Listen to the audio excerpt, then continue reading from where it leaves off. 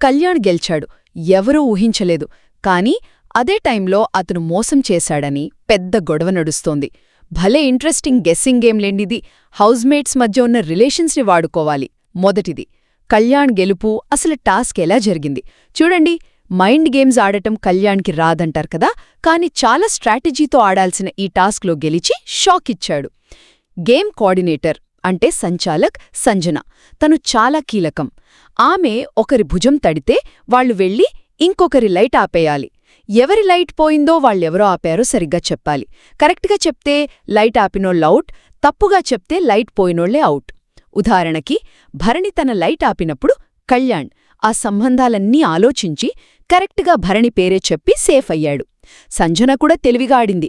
ఎవరు ఎవరికి నచ్చరో చూసుకుని గేమ్ నడిపించింది. ఇక రెండవది, కళ్యాణ్ మోసం చేశాడని ఆరోపణలు. ఇక్కడే అసలు ట్విస్ట్. కళ్యాణ్ కెప్టెన్ అయ్యాడు సరే, కానీ చివరి రౌండ్లో తనుజాతో ఆడుతున్నప్పుడు చీట్ చేశాడని గట్టిగా అంటున్నారు.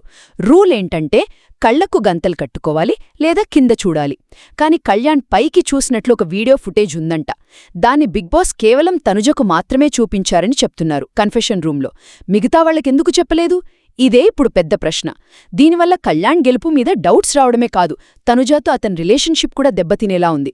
శనివారం ఎపిసోడ్లో ఇది పెద్ద ఇష్యూ అవ్వచ్చు. సింపుల్గా చెప్పాలంటే కళ్యాణ్ కెప్టెన్ అయ్యాడు కానీ ఈ సీక్రెట్ చీటింగ్ ఫుటేజ్ వ్యవహారం అతని గెలుపుని వివాదంలో పడేసింది.